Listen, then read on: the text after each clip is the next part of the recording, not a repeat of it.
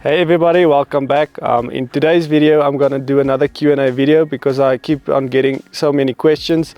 So I just thought to answer some of those questions you might have. I have Jerry joined here in this cold winter's morning. So yes, let's get started. Where did you get your knowledge on animals? It comes through experience, definitely. My parents started with taking care of the orphan animals, but I'll definitely say mostly from just experiencing, growing up with them, learning how they are, how their manners are.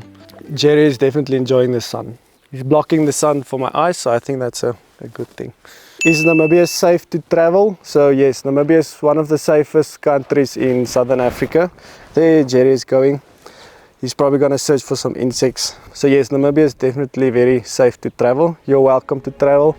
I have a travel company called iDream Namibia, so I'm more than welcome to help you with your travel plans. So just Google idreamnamibia.com. So the next question is, what do you enjoy doing outside wildlife and nature? So I like sports a lot. So I used to play paddle. I like to keep fit. So that's definitely a big passion for me. So this is when your home gym is on a farm.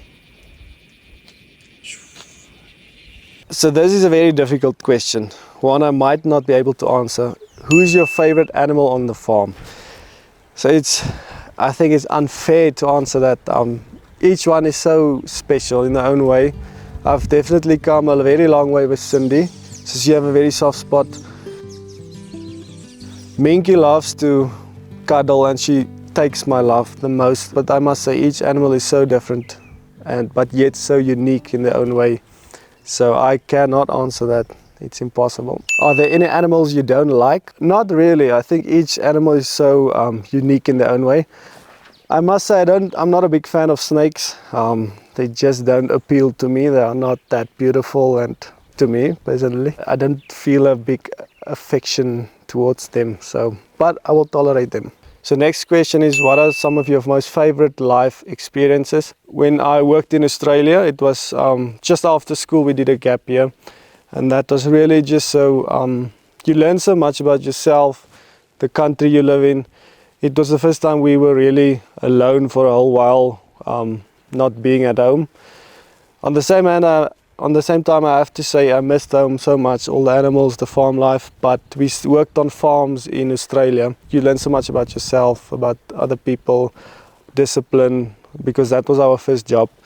So I would say that was really a highlight. And then I would definitely say growing up with the animals, being able to be with Cindy when I was still young, it was really so heartwarming to tease, and then she would tackle me and discipline me back here in the lake. So there's a lot of very good memories with the animals. Mika, our warthog as well. There's so many nice memories. So I would definitely say being able to be on the farm, that's just one of the biggest blessings I can ever ask for. Next question is, what's your morning routine? So I'm not an early riser. I'm not a morning person. So I would normally wake up around, let's say, close to 7:30. I would lay in bed another half an hour, and then I would wash my face, brush my teeth, and about 9:30 I'm ready for the day, and then I'll start. Actually lately it starts with Cindy. We have to get her out of the house, we have to feed her. So that's part of my first things I do in the morning. And then each day is different, so it just keeps on changing. But that's what keeps it so interesting. It's always something different. So what are 3 good and bad habits you might have? Okay, this is where it gets real. Let me start by the good. I'll say I'm very, very tolerant. I wanted to say I have a lot of patience, but that might be one of my bad qualities, that in some instances I might not have patience. I always put somebody first before myself. So I care about other people's feelings a lot. And it makes me sad when somebody else is sad. I would even cry if somebody else cries for no reason. My mother also taught me from a young age is you put yourself in somebody else's shoes before you judge them. That's just to understand them better, and I feel that helped me a lot with life experiences, meeting people and understanding why they are different to what I am. So I would say that's my good habits. My bad habits is I could sometimes be impatient, but then I could sometimes get irritated a little bit fast. The third one I would say is I like to tease. So I would, when I see, for example, my brother is already a bit angry at me, I would tease him more and more just to get him more angry. But I would say that's too bad habit. It's just some funny banter moments and stuff. The next question is, are there any animals that you won't take onto your farm? There is definitely some which we can't take at the moment. For example, probably a leopard.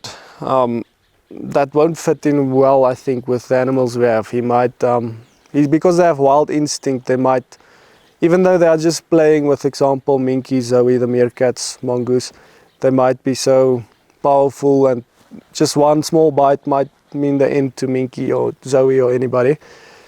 Cindy won't also like that. She have a natural instinct to be afraid of leopards. So I think definitely some predators we won't take. But other than that, I think we are quite open to anything that comes our way. This is a question I get asked a lot.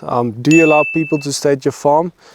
Yes, we do. My parents have a Airbnb. It's called Simonau Farmstead, and the other one is like a cabin on the mountain. It's called Simonau View. So you are able to view that on Airbnb, and you are welcome to book. So guests will be able to interact with the animals, view them in their natural habitat, what they do in their daily life.